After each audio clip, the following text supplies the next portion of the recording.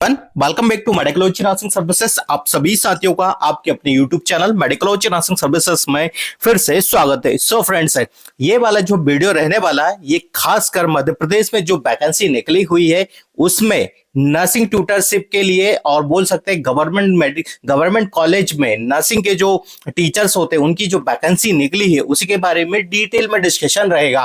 क्योंकि बहुत सारे बच्चे के कमेंट्स थे कि सर हम इस वैकेंसी में अप्लाई कर पाएंगे या नहीं कर पाएंगे, हम मेल है फीमेल है, हमारे पास रजिस्ट्रेशन नहीं है, क्या हमें कौन सा एक्सपीरियंस लगने वाला है और सैलरी हमको कितना मिलता है, या जो 5 लाख का बॉन्ड इन लोगों ने बताया वो क्या है। हर एक जानकारी को हम आपके साथ कवर करेंगे। आई होप इस वीडियो के बाद आपके पास कोई भी ऐसे डाउट्स नहीं बचेंगे जिससे कि आपको फॉर्म फिल करने में कोई भी दिक्कत होती है।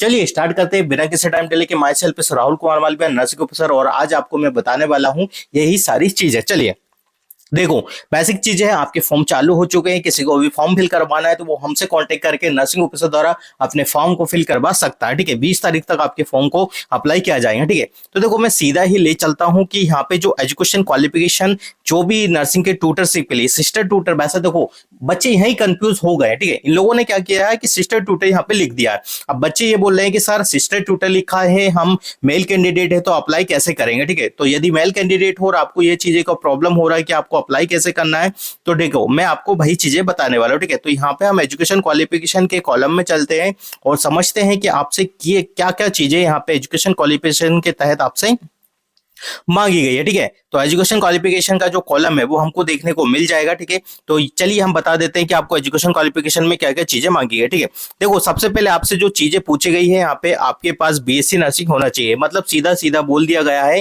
कि जो जेएनएम वाले कैंडिडेट है उनका यहाँ पे पत्ता साफ हो गया है। अब उनको क्या है कि अपने एजुकेशन को अपडेट करने की आवश्यकता है, क्योंकि अभी जब भी कभी भी वैकेंसी आती है और मैं हमेशा यही चीजें उनको बोलता हूँ कि आपको क्या है अपने एजुकेशन को अपडेट कर लेना चाहिए। जीएनएम किया है दैट मींस कि नहीं, वो अब इनफ नहीं है, क्योंकि अब जमाना बदल चुका है, आपको भी बदलने की आवश्यकता है। तो यहाँ पे जीएनएम वाले बच्चे अप्लाई नहीं कर पाएंगे। यदि आपको कुछ भी प्रॉब्लम होती है तो आप सीधा क्या कर सकते हो, अपनी पिटीशन दायर या जो भी कोर्ट केस वगैरह जो भी आप कंप्लेन कर पाओ अपने लिए, अपने हक के लिए लड़ सकते हो। ये चीजें आपके लिए होने वाली है। ठीक है, यदि आपको ये चीजें करना है तो जो भी वीडियो देख रहे हैं अपने हिसाब से अपनी चीजें कीजिएगा। ठीक है, और अपने हक की लड़ाई लड़िएगा, क्योंकि ऐसा नहीं है। ठीक है, जीएनएम वाले बच्चे भी नर्सिंग किए हुए हैं। ठीक है, बट उनको चांस क्यों नहीं मिल रहा है, आई डोंट नो। ये क्या चाहती हैं, कैसे ये रूल बुक निकाली है, और मेरे को तो ये रूल बुक इस बार भी थोड़ी अजीब सी रूल बुक लग रही है। क्योंकि देखो कहीं ना कहीं आपने कितनी 2100 वैकेंसी निकाली और वो भी ओनली फीमेल कैंडिडेट के लिए निकाली है।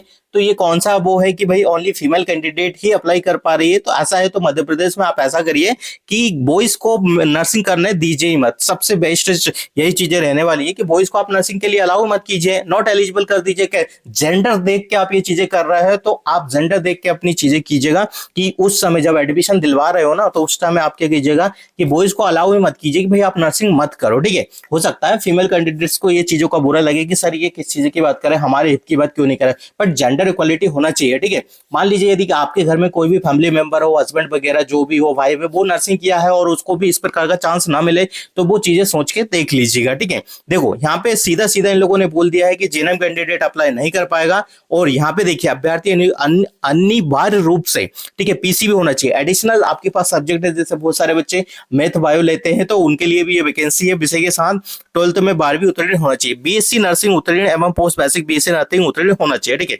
Experience BSc nursing PBSC nursing with 1 year experience होना चाहिए। ठीक है, अब देखो यहाँ पे फिर से वही कंफ्यूजन वाली बात इन लोगों ने डाल दी। ठीक है, बट मैं आपको लेट मी क्लियर कि भाई यहाँ पे जो एक्सपीरियंस आपसे मांगा गया है वहां पे इन लोगों ने मेंशन नहीं किया कि आपको टीचिंग का चाहिए या क्लिनिकल का चाहिए। ठीक है, बट जैसा समझ में आ रहा है कि क्लिनिकल की पोस्ट नहीं है, ये टीचिंग की पोस्ट है, ट्यूटरशिप की पोस्ट है।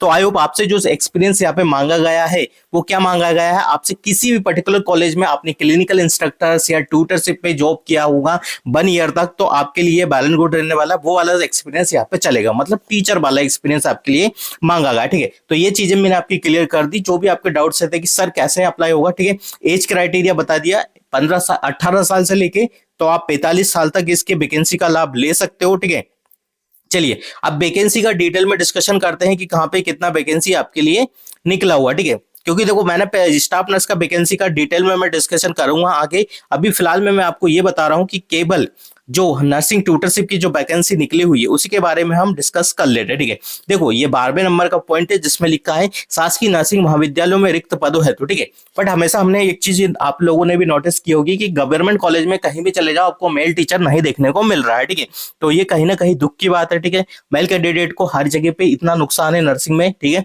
बहुत ज्यादा। ठीक है, तो मेरा मानना है कि भाई इन लोगों को क्या करो आप बैन कर दो। ठीक है, कि मेल कैंडिडेट नर्सिंग ना करे। ठीक है, क्योंकि एम्स में भी 80-20 का रेशियो है। सेंट्रल गवर्नमेंट तो छोड़ो, राज्य की गवर्नमेंट भी इस प्रकार की चीजें करने लगी है। ठीक है, कुल पद आपके 218 है। ठीक है, अब देखो इसमें भी चीजें हैं, इसमें भी मैं आपको बताऊंगा। ठीक है, नील है, पूर्व सैनिक है, संविदा कर्मी। ठीक है, संविदा कर्मी में देखिए अनरिजर्व कैटेगरी में कितनी है। ठीक है, आपकी जो अनरिजर्व कैटेगरी में जो वैकेंसी है वो 15 है। ठीक है, फीमेल की 8 है। ठीक है, इसी प्रकार से जो 56 वैकेंसी टोटल आपकी देखने को मिलेगी यदि मेल कैंडिडेट है तो। ठीक है, और फीमेल में कल महिलाओं की 30 वैकेंसी है। ठीक है, पूर्व सैनिक की यहाँ पे रखिए, यदि आपके घर में कोई फैमिली मेंबर में एक सर्विसमैन है तो 15 वैकेंसी उनके लिए है।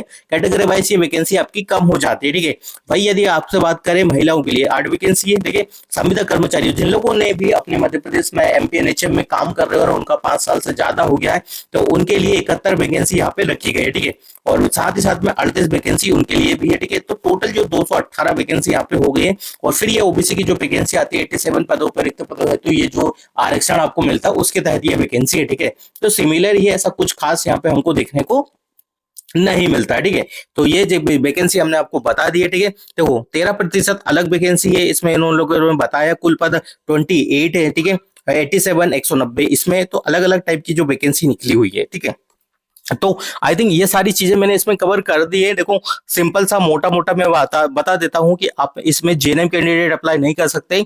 बॉयज और फीमेल कैंडिडेट का जब आप फॉर्म फिल करेंगे तभी इसका क्लियर हो पाएगा। वैसे जो सिस्टर ट्यूटर लिखा है but sister tutor I think मेरे को हिसाब से नहीं होना चाहिए वो चीज।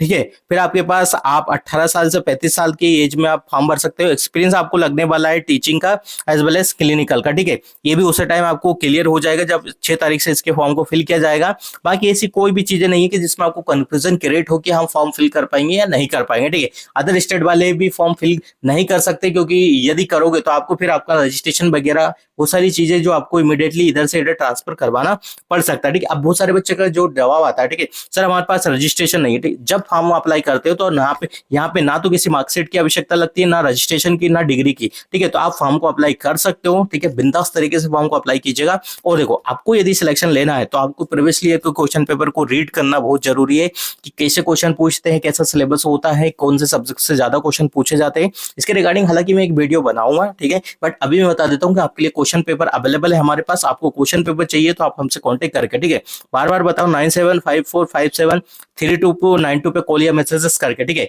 सबसे अच्छी बात है आप हमें व्हाट्सएप पे मैसेज किए क्योंकि बहुत सारे बच्चे हमको कॉल करते हैं और फिर फालतू की जो बातें अननेसेसरी बातें करते हैं वो समझ से बाहर है। ठीक है, उन लोगों को काम के लिए नंबर दे रहे हैं बट वो गलत तरीके से यूज करते हैं। ठीक है, तो ये चीजें दिमाग में बिठा लीजिएगा। ठीक है, बाकी कुछ भी ऐसी जेन्युइनली आपको प्रॉब्लम है तो बेझिझक होकर हमें कांटेक्ट कीजिए, आपकी प्रॉब्लम का सोल्यूशन यहाँ पे हम निकालेंगे। Thank you so much guys, और share this video maximum to maximum future nursing officer. और यदि आपको करना है कि यार आपके हित में जॉब नहीं है या आपके हित में वैकेंसीज नहीं है तो आप अपनी तरफ से अपनी लड़ाई लड़ सकते हो। ठीक है, thank you so much guys.